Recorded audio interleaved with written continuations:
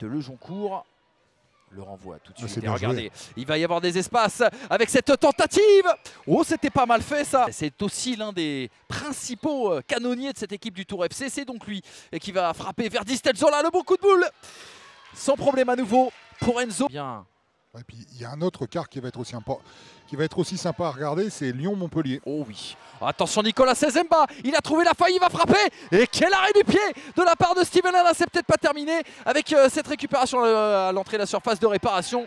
Finalement ça a été annihilé par Corentin Jacob. Et attention à cette tentative, possibilité de contre-attaque surtout pour Alexis Allégué. Il a une solution à gauche avec Benny Cololo. Il va le servir parfaitement à l'entrée de la surface de réparation. Hop, hop, hop, hop, hop. C'est passé juste au-dessus. Je peux vous dire que ça va pas fort en ce moment pour Dunkerque. Sezemba pour le centre dans cette boîte. Il est venu de loin.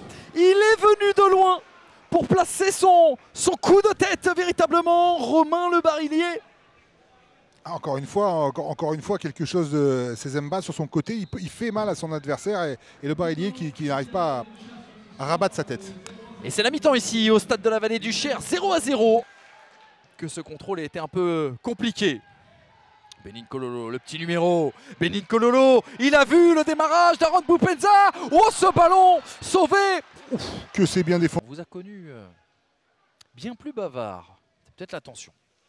Oh, attention, Hakim Abdallah qui a retiré ce ballon de la tête. Oh, il est parfait. Il n'y a pas de position de hors-jeu. Mais ce qui était parfait aussi, c'était l'anticipation de Steven Lana. 61e et la 75e minute.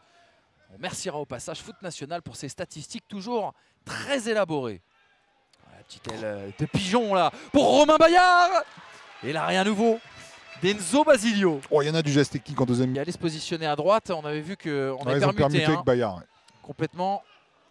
Puisque Benny Cololo avait fini à droite. Alors qu'il avait été très tranchant à gauche. Victor Lebris. La frappe de Victor Lebris. Hop, hop, hop, hop, hop, hop, hop. C'est Thibaut Kéméré qu'on avait vu aux avant-postes.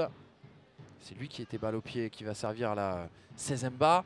Désormais Moana. Le bon centre-tir. Hop, hop, hop, hop, hop, hop, hop. Quel arrêt. Quel arrêt de Steven Lana. Et cette action en tout cas a gêné ce centre. Ouais, c'est bien joué. Oh, magnifique Moana ce qu'il vient de faire. C'est incroyable. Et quand on vous disait que cette équipe est capable de piquer en contre, et ben là voilà l'exemple, l'illustration avec Oliveira. Le centre dans la boîte. Hop, hop, hop, hop, hop pour Moana. Voilà, Di Stelziola, il a tout donné. Quand on vous disait que ce garçon-là, on part à la guerre avec lui quand il veut, vous en avez vu la parfaite illustration.